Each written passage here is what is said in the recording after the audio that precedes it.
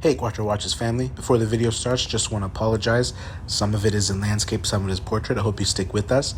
And the correction, when I was talking about Omega, I meant to say that Zenith and Ulysse, etc., are not as respected as Omega, it seems sometimes, by collectors. Thanks. Hey, what's happening, Quattro Watches family? I did trade the RS6, but that's neither here nor there, because we have an event to go to. We're heading over to Bandiera Jewellers. We've been invited to a Tudor event, so I'll take you in, show you what's up, and see all the other great watches. Hey guys, so here we are. Make sure you come and support this family. They're amazing people. They really know how to treat the customer well. 777 Weston Road. Tell them Quattro Watches sent you. You'll get a good discount. Let's go check out the event. Okay, Quattro Watches family, here's the big Tudor unveiling. Today, this is the big boy, the titanium. I don't know exactly the size, but it looks about 39 millimeter. Here we have, I guess, the GMT with the root beer. Another GMT. Not sure what material this is, but it looks beautiful. Here we have the two-tone with the GMT. Same watch next to it, I believe, with the corduroy strap or whatever material that is. And here we have some really gorgeous gold dials. This is a Bundy strap, two-tone. I mean, if you want to get into this Tudor family, this is the way to go. Now for the wifey, we have a diamond, time and date. Looks like they all have lume. And you know, the thing about Rolex and Tudor, you have to understand that these are charities.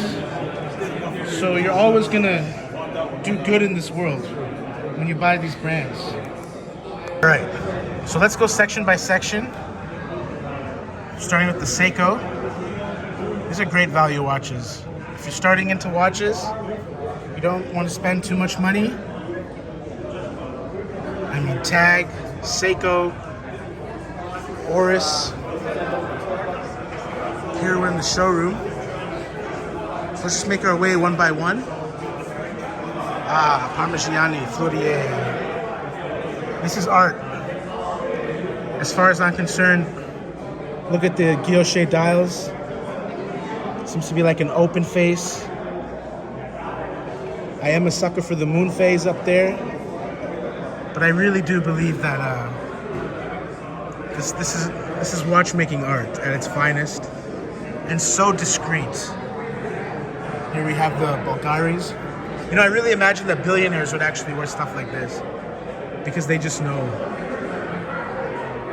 As we move on to my favorite, most underrated brand, Zenith, the Defy El Primero with the double balance wheel.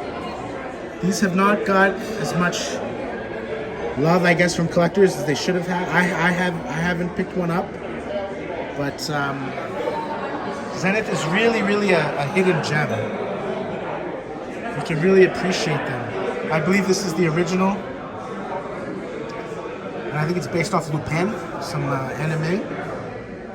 But they're really great. And I mean, this is a big watch, but as you get older, you might enjoy the smaller pieces. Depends on what your tastes are. For me, I go with anything. We've got Yanis Antetokounmpo. The screen Breitling. Very complicated watches. Kind of get a salmon dial vibe. These are classic. Back in the day, all the ballers used to have Breitling. When you had money, and you wanted people in your community to know, you go for a Breitling. I do have the Super Ocean. That looks really great in two-tone. And I believe they co-developed it with Tudor. Here we come down here. Great white dials. Oh, look at that pastel blue, the yellow. If you want a little FP Journe vibe. And the Navitimer. here we have this new like salmon dial. Looks like wood. Great.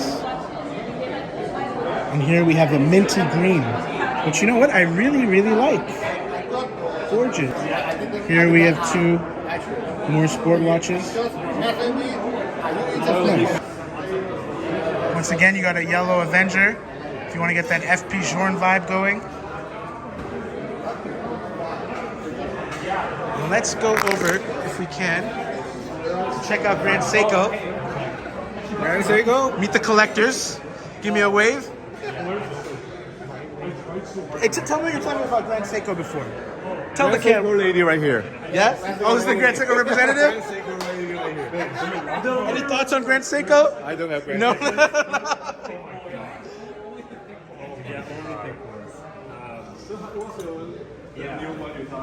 Oh, these are beautiful. Look at these snowflake dolls. Beautiful. I take that back. Even though 44 months, okay. It's the overworked ones that are there. Ah, and here we have.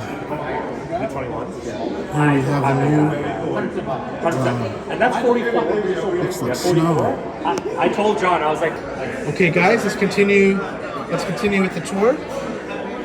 Everybody's grandfather had an Omega, it seems. Every other day I meet someone like, my grandfather had an Omega. My grandfather didn't have a watch. They're from Africa. I think my dad had an Ulysse. Ulysse was in East Africa, Uganda at the time. Omega's gorgeous. And I know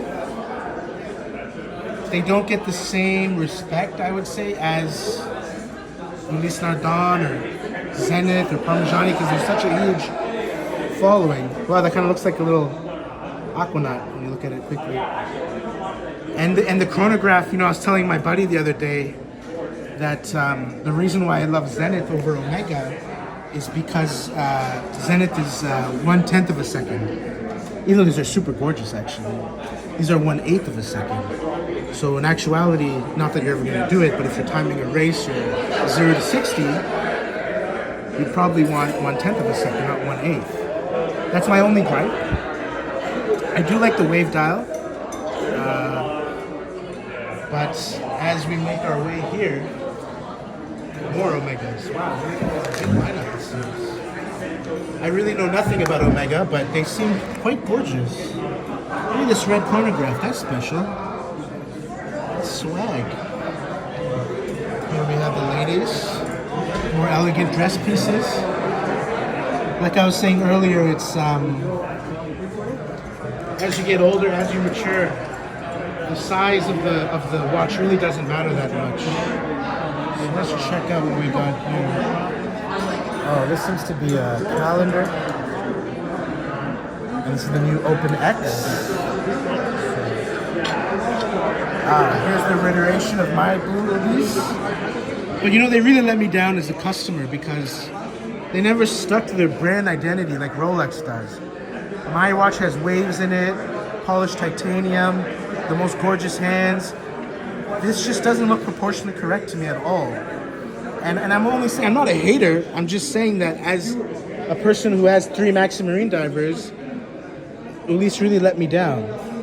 I do like all this new stuff, but their other stuff was more quality, more expensive. Now when you get here, this is the highest quality. I myself am wearing a Freak. Here is the Black Freak. Looks like carbonium. And the skeleton. And here we go to these new enamel dials. Are they enamel? Let me know. Gorgeous, gorgeous. You know, this is kind of like sushi. You know salmon sushi? Either you like it or you don't.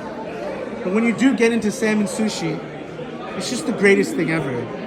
And that's what Ulysse Nardin, Parmigiani, Zenith, they're like really nice sushi. Okay, and lastly, Quattro Watches, family, this is where you guys want to be. You want to be moving into Laurent Ferrier, H. Moser, the most beautiful dial maker, and lastly, FP Journe. Every watch down there wants to be these watches up here. And you yourself should really strive to collect these brands. Thanks for watching.